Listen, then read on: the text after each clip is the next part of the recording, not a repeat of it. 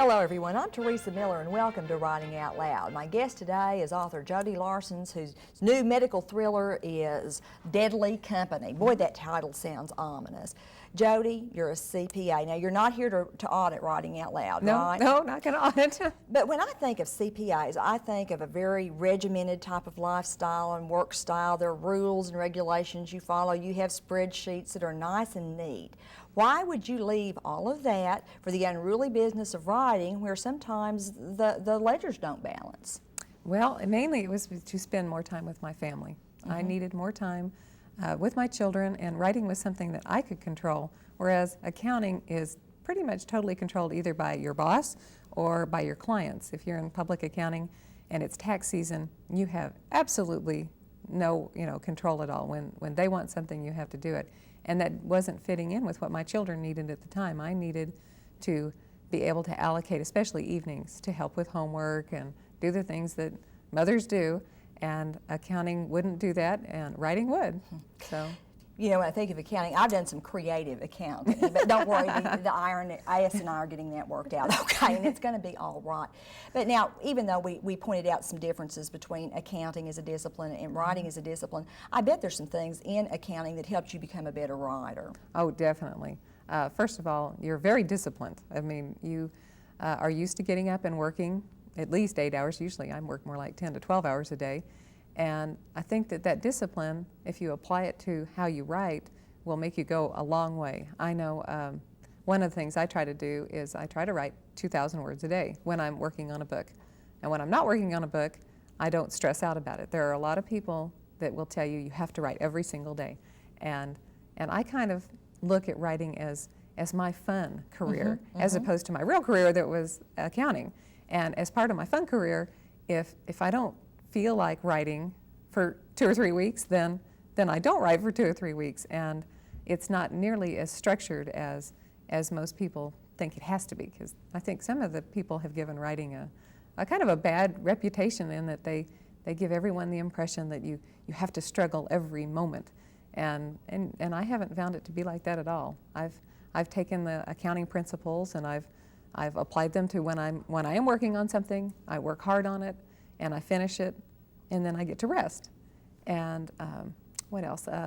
Another thing about accounting is that you have to pretty much know where you're going. And that's one of the things I like about writing is I start a book and a lot of times I have no idea where I'm going. I just get to let the characters pretty much dictate how the story's going to go. You know, one of the things I enjoyed in Deadly Company was your use of detail. And in accounting, you deal with a lot of detail and specifics. Do you think that's been a help for you, that accounting has helped to train you to look for detail? I think it has. I think that's part of that mindset. A lot of accountants are real type A personalities. They're very active and hardworking, and they do see the little things in life that a lot of people don't notice, because if you don't, you're not going to be a very good accountant. I mean, you're not going to balance down to the penny. You might go, oh, look, it's $10. That's nice. And that doesn't work in accounting. You have to do it right. And then I would think in a larger sense it would help you with the business aspects of writing, because we like to think of writers and publishers having a special aesthetic calling, but we know that it's become a tough business. Has accounting helped you there and with your contracts and so on? It really has. It has helped me tremendously. My agent uses my accounting background to sell my work, as a matter of fact. She tells everyone how hard I work and that they can depend on me. If I say something's going to be done at a certain time, then it's going to be done, and they will have it. Whereas a lot of writers are really, they look at it more as a hobby, and they don't take the professional attitude that maybe they should, so their sales might suffer because of that. And it's really important to realize that when you get into this, and I didn't realize this, that you not only have to be a writer, you have to be a publicist, you have to be a marketer, you have to be a secretary big time. I mean, everything that you do, unless you happen to have somebody that wants to do all your typing and mailing and everything for you, it's incredible how much that business background is needed these days to accomplish a book. Oh, I don't doubt that. I bet you can even read your royalty statements. So I haven't gotten one yet. Well, I bet you will understand it because most of us are very confused by those. Okay, so you decided to come home, spend more time with the kids, and so you're working on business at home. I know you have a family business, and also you're working on your writing at home. Did your family regard both of those endeavors in the same way? Did they take your writing business as seriously as they did your other business? Not at first. My husband, bless his heart, he's always been very, very supportive, and he has a wonderful sense of humor.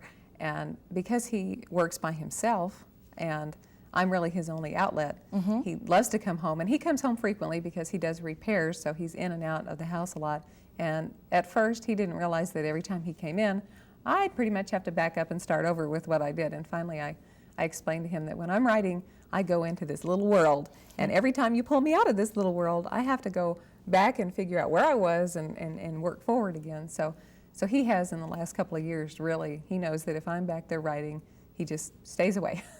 Do you keep a separate workspace for your writing? Okay, so you really make clear distinctions in your mind and in your home for these two different activities. Is that really important to do? I think it is, because it makes you feel like when you're sitting there, you're working. And that's all I do when I'm sitting there is either do writing or accounting. So it's very important for me to know that I can go, and everything I need is within reach too. I have my thesaurus and my dictionary that I use constantly. I have a lot of books that if I get stuck, I can pull one out and see. It's just sometimes reading what somebody else has written will make you go, oh, that's good, and open up your And bring mind. you to the level of consciousness I think you need to be receptive to ideas. I like what Joyce Carol Thomas says, you need to be ready to receive. And sometimes there won't be anything to receive, but sometimes That's there true. will, and you have to be patient in that way. Now, I know you had written some articles on asthmatic runners. Tell me, how did that get started, and what is that all about? Well, I was born with asthma, basically. I've had it all my life. And when I was young, it was back in the days when they did not encourage asthmatics to do much of anything. I mean, I never took gym, really. I didn't get to be very active. And when I was, about 30-ish, 32 maybe, my allergist told me that if I didn't start doing something, that I would have to carry oxygen around all the time. And I said, well, I really don't want to do that. So I started running, and it was a very, very slow process. I mean, you can imagine, I couldn't even walk around the block very well, much less run around the block. And over the years, it has really, really helped me, and it helps my writing too, because since I do work at home and I don't get out in public, the people that I run with in the morning are my contact with society, and we run and we have wonderful conversations, and it's just such a wonderful experience to be able to go out and do that. And other people are out there, they're just dying, and we're running along, and they're going, I can't handle this, and I'm going, don't you see how lucky you are to be able to do this, to be healthy enough to come out in the morning and run, and it's just, I think it's wonderful that they have enough medication now that you can do that. And I write for Oklahoma Runner pretty regularly now. I just did an article that came out, I guess, last week on having foot surgery. So, and my articles for Oklahoma Runner are pretty much, they're funny. They're nothing like, my book. No, It's the medical suspense. thrillers is going to scare us to death. Yes. I just wonder, because you have had some experience with health problems and with the medical world, is that what led you to write a medical thriller? Do you think any of that connects up at some level in your consciousness? Well, this particular one was frustration, because when I was in college, I started out college wanting to be a research doctor. And I guess my advisor had a really bad day when I saw him, and unfortunately, he kind of looked at me and said, well, why would you want to do that? You'll have to work 10 years just to get through school, and then you won't hardly ever make any money. And I went home and I called my mother and I said, why would I want to do that? And so I changed to accounting, because my mother was an accountant, and I was always good with numbers. Well, I think that this book is a product of that frustration, that I've always wanted that secretly, to be a research doctor, and that the characters in this book are, and they really are. Joanne is a lot like I am. She's very driven, and her main goal in life was work, work, work. And back when I was in accounting, that's what I was. I always wanted to do my best and do better than the day before every day. And I think that's where the medical side really came from, was that frustration. Before you started writing medical thrillers, did you read medical thrillers? I've read just basically suspense all my life, not necessarily medical suspense, but just that's my favorite thing. And especially when I was working and my kids were little, if I didn't read something that was really, really a page turner, I literally would fall asleep. And it would take me 6 months to get through a book. So I always tried to pick stories that had fast movement that I could, count on keeping me hooked the whole time. And I think that's why I was drawn to writing suspense, is because that's what I love, is stories that take you away and make you forget where you are, and you really don't want to put them down. Do you have any favorite writers, suspense writers? I really like Patricia Cornwell. What do you like about her? I like the way she develops her characters. She's got one advantage that I don't have, in that her books are all connected. Her characters, she gets to keep developing over years. But when you pick up a Patricia Cornwell book, if you've been reading her before, you know who they are, and it's really interesting to see how their lives go on. And the main thing I love about her is she sets all her books usually on the East Coast, up around the FBI Training Academy.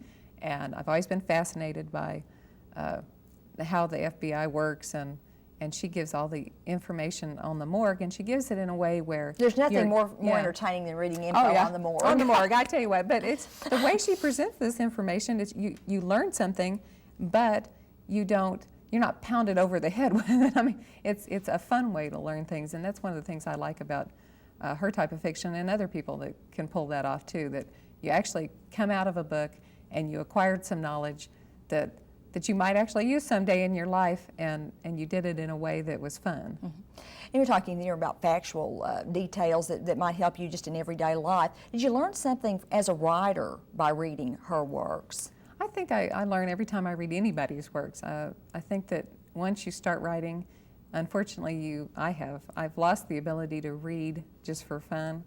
Every time I read anything, I tend to start dissecting it. And that's not necessarily fun, because it really takes away some of the pleasure, but that way you're constantly learning, and it's fun that way. I want to explore something with you, and this book is being marketed as a medical thriller in the tradition of books like Robin Cook's books. And why is it that we as a society are so intrigued by medical thrillers? Does it speak to our disillusionment maybe with the medical profession? I think it speaks to our inherent fear, because we really are trusting somebody we don't know with our lives. In fact, every time we walk out the door, we're trusting, everybody with our lives. But the medical profession, because we're trained from, when we're kids, that they are kind of like a step above us, and that they have worked so hard, that it really scares people to think that maybe they're not as competent as we think they are, or maybe they would do something, to harm us in order to help someone else later. There's just that inherent fear. In fact, really, some of the people that we traditionally have upheld and glorified in our society, the corporate executives and the medical people, don't come out too well in your book. And one of the heroines is a first grade teacher, and I find that very endearing. Did you purposely do that? Were you thinking you wanted to make a point by doing that? Well, I don't know. I had my share of bad experiences in corporate life with people that probably cared just as much about climbing over you to get up the corporate ladder as just climbing up the corporate ladder. And I think that is reflected in that book particularly.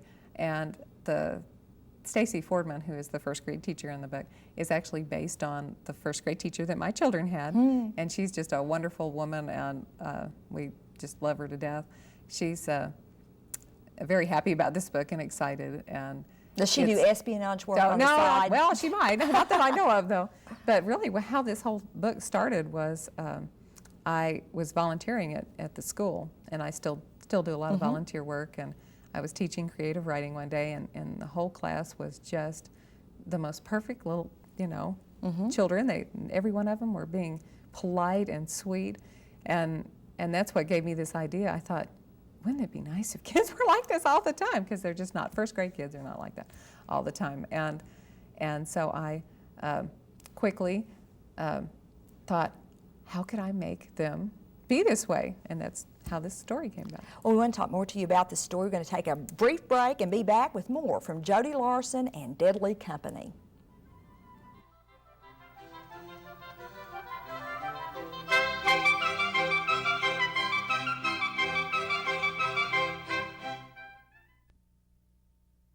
This is an RSU-TV Encore presentation of Writing Out Loud.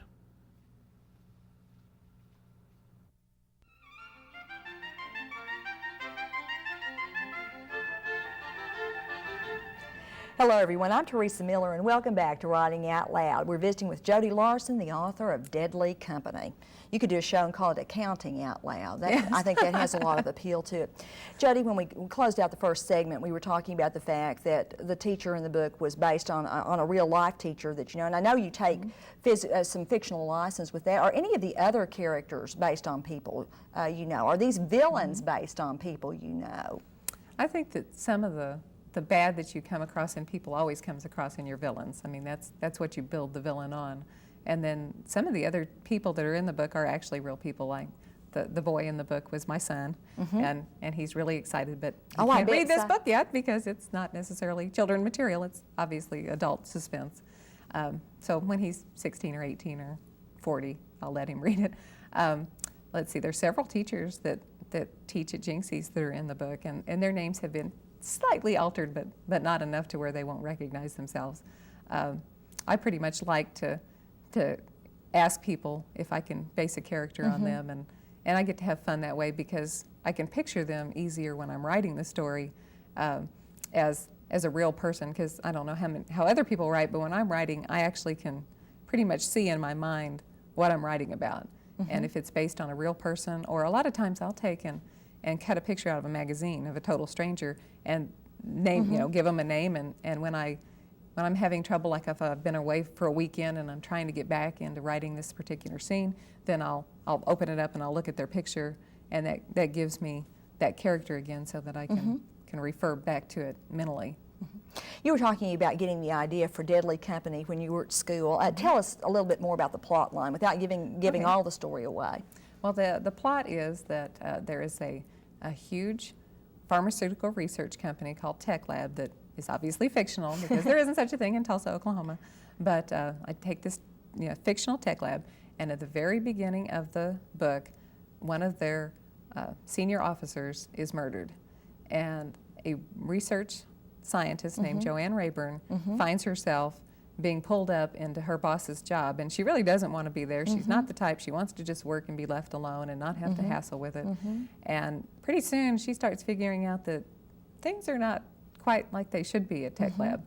And meanwhile, across town at an elementary school, there's a first grade teacher who starts out the school year with, your normal class of rowdy children who, cutting up people's hair and maps and doing things. Being creative. Yeah, being creative for first graders. And all of a sudden, over a period of about a week or two, they just turn into little angels. And so she starts figuring out that something's not quite right with them. And these two people cross paths, and one of the fathers of the children is also involved.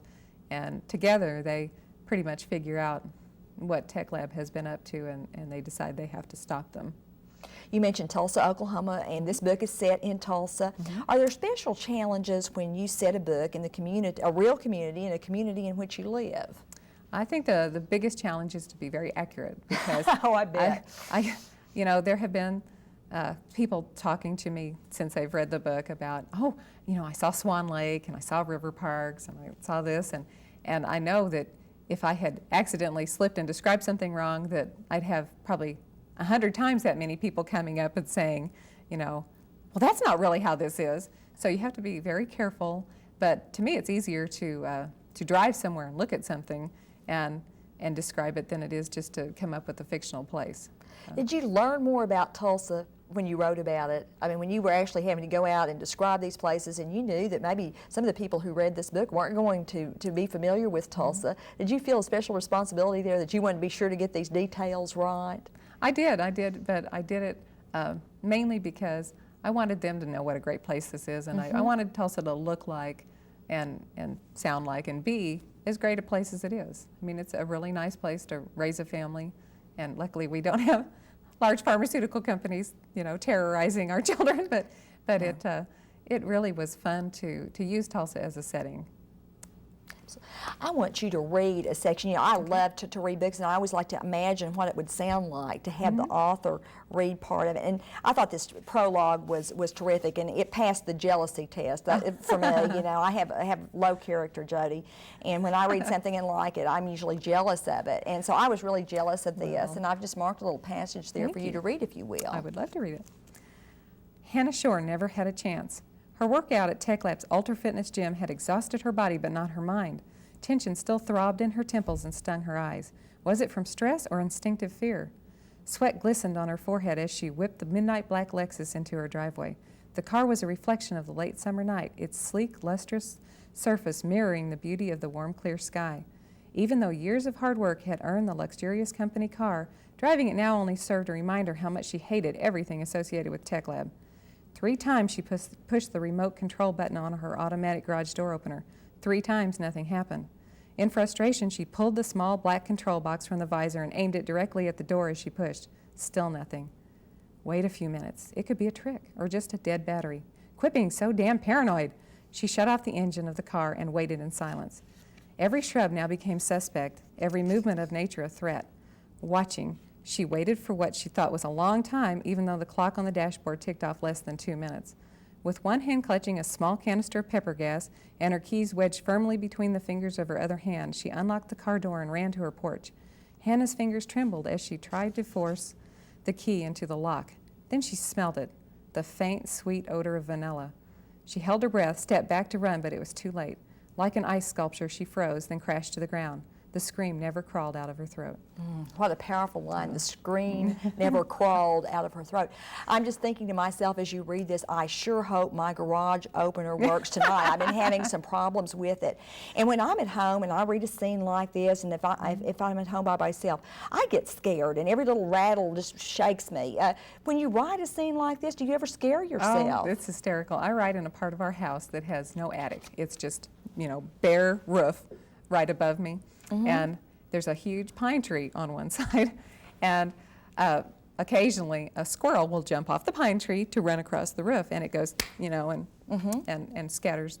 If I'm in the middle of writing something like that, I literally scream. And I have 2 Yorkies at my feet. They're my writing companions, and they look up at me like, "Are you nuts?" It's like it was just a squirrel. But yes, I scare myself all the time, which is probably something I shouldn't admit in public, but I go do. ahead. Jodie, I've had a lot of authors tell me that writing the first page of the book is the hardest page to write, and then the book takes on a momentum of its own. Have you found that to be true with your book? After you wrote that beautiful prologue, did the book just come to life for you? It really does. It really starts to fall, into place, just like you had dreamed it would when you think up the storyline. One of the things that I have finally learned after writing, this is the 3rd book that I wrote, and I've written 5, so I'm getting pretty experienced at starting books, and one of the things I've learned is to try to think of my writing as a process instead of as like a project, which, being an accounting background, my initial reaction was that each book was like a project, and if a project that you spend, let's say 6 months to a year on, was just thrown in the trash can, it just breaks your heart. Oh. So, and like my first book might not ever sell because that was just my learning experience. So what I have come to learn, especially in the last year or so, is that I try to look at writing as a big process. I try not to look at them anymore as this book and this article. I try to just look at everything I do as a long learning adventure on how to write. And I find that it makes me much happier. I don't have to stress out about, well, if this doesn't sell, what am I going to do? Because I know that because I wrote that, I got better. And I think that that's one of the best things about writing is that as you go through it, you get better and better and better. And it's one of those practice really does make perfect. I mean, it's amazing. Let me ask you how you actually made your publishing contacts, because I think you've given us a great description of how you write the book, but once you write the book, how do you get it published? Well, I went through my share of rejections, and then I decided I really needed to find an agent. There are a lot of pros and cons on on the new writer about whether they should get an agent, and I decided that was the right path for me. So I got a book called A Guide to Literary Agents and Photo Reps, and I specifically targeted new people. They're outlined in that book so that you can tell which ones are brand new. And I was lucky enough to find Sherry Dixon with Esquire Literary Productions, and she was brand new, and we just have developed the most wonderful relationship. I feel like she's one of my best friends, and she sold my book to Penguin, who's one of the biggest publishers in the world. Right. And it's just been a wonderful experience having her out there fighting for me. And agents can say a lot to editors and things that I know I would never have the nerve to say myself. And they really do, at least mine does. She's worth her weight in gold. And so that's really how I got the contract. Was I got an agent. She presented the books to several publishers, and Penguin snatched it up pretty fast, actually. And from then on, we negotiated with Penguin, and I signed a multiple book contract. I signed a deal to do 2 books and an option on the 3rd. And then what's kind of exciting is that a couple of weeks ago, they called and wanted me to do a story for an anthology. Oh, congratulations. And, yeah, I was really excited because this is going to be fun. It's 3 other published women authors, and we each are doing a 20,000 word to 25,000 word story that's all going to be tied together by the fact that the women are sisters. Oh, that's great. Yeah, it's going to be really fun. I'm looking forward to it. Jodie, we just have a minute left here, and your new book, it's coming out, and do you know when it's going to come out? No, not yet. They haven't set a publication date. It should be spring or summer next year. It's Deadly Portraits, Deadly but not Portraits. the same characters. No, all my books are going to start with Deadly. That's a marketing technique. I don't know if you know who Sue Grafton is. The A is for, B Oh, is sure, for, C is sure. for. Well, she has really marketed herself well, because people can walk into a bookstore and say, I want the alphabet lady. Well, we want people to be able to walk into a bookstore and say, I want that deadly woman. I love it. I love it. Jodie, it's been terrific having you on the show today. Congratulations on Deadly Company and the upcoming Deadly Portraits. And will you reconcile my checkbook for Sure, me? anytime. Okay, a few little perks here. Good luck with your writing. Keep scaring us. I'll try. Keep running. Thank you for joining us on Writing Out Loud. Thank all of you for being with us on Writing Out Loud, too.